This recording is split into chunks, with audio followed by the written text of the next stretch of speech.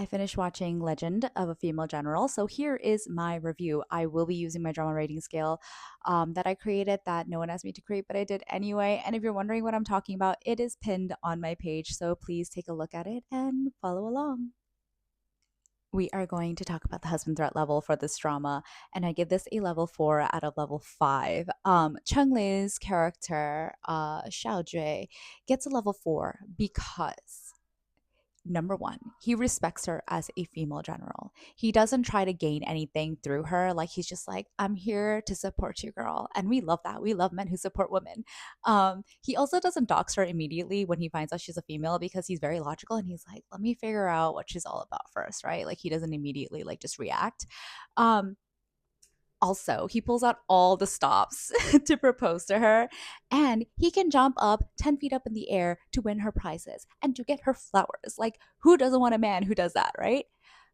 Now, he doesn't get the full score of a level 5, and you guys might disagree with me. You might be like, no, I completely disagree with you, and I don't like what you're saying, and that's okay.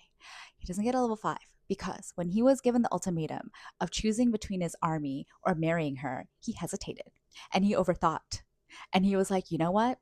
Then I just choose to be alone forever. And I was like, hold on. You mean you're not going to give up everything for her for the love of your life? What do you mean? And call me a hopeless romantic, like, and it's a drama, so I like fully expected the male lead to be like, I will give up my army for her because I love her so much and I cannot live without her. But that was not the case, and so that's why he gets a level 4 out of level 5. Sleep Sacrifice Index gets a level 2 out of level 5 for me. And while it is an amazing drama with a very good plot, and I highly recommend it, um, I never felt the need to be like, I need to watch the next episode. I would set myself a time limit and I would follow that limit and then shut it off. Like, there were moments where my husband would be like, hey, babe, there's a show that I want to watch with you. And I'd be like, yeah, sure, let's watch it. Like, I'd shut it off and watch it with him. There wasn't a moment where I'd be like, babe, I'm really sorry, but I have to finish this, like I did with my other dramas. So that is why Sleep Sacrifice Index gets a level 2. I just didn't feel the need to sacrifice my sleep for this drama. Rewatch compulsion. I give it a level 1 out of 5. And while it is a solid drama, it has a good plot, and I highly recommend watching this. I don't feel the need to go back to any of the scenes or really rewatch the entire drama. I mean, it's a 36 episode long drama, and it's it just doesn't make me want to go, I need to rewatch this again. I need to go back to this certain scene. It never kept me on the edge of my seat. And while I enjoyed watching it, I just don't feel the need to rewatch the entire drama. Let's talk about the yearning quotient. I give this yearning quotient a level 2 to a level 3. And while there were some sensual, like maybe spicy moments in the drama, like when he puts the blindfold on her, when she gets blind for him, when he puts the ointment on her wound, like little moments here and there, the true yearning doesn't actually start until episode 19. And even with like the yearning that they have for one another and the pining, and clearly like they want each other, it was a little bit too restrained for my standards. And I could probably count on one hand how many kiss scenes or romantic intimate scenes we want to talk about. And they weren't even like that amazing. They were sweet, right? But it didn't make me like have heart palpitations. Like, it didn't make me go like, oh my goodness, like, yes, it didn't make me feel that. But I don't think this drama was meant to have that, and that's okay. But still, the yearning quotient gets a level 2, level 3 from me.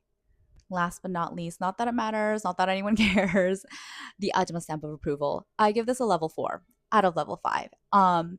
And you guys will probably like, wait, she gave such low scores for the other things. Why is this a level 4? It's because I highly recommend this drama. I really think that this drama is very well done. The plot is solid, and the female general is badass. Hyeon is badass. She is the female general. I mean, like, yes, she has no feminine virtues whatsoever. But that's okay.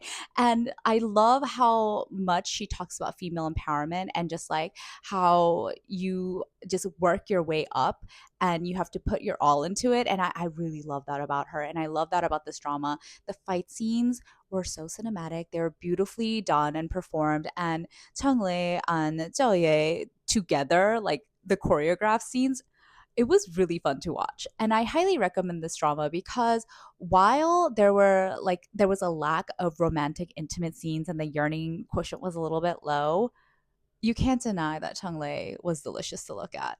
Now, has he made it onto my dossier of fictional husbands? Not yet. And that's because this drama just didn't do it justice. And I'm sure there'll be other dramas that I watch with him in it where I'll be like finally just melting over him. Don't get me wrong, I really loved him and I there were moments where I was like, "Oh wow." But my focus was mostly on the female character. I really, really, really loved Hoyan or Zhao Ye, the female actress who played her. I fell in love with her, and I still love her. Like she is the main person for me right now. Anyway, so that is why the Ajma stamp of approval is a level 4 for me. Thank you for watching my review of Legend of a Female General. Goodbye.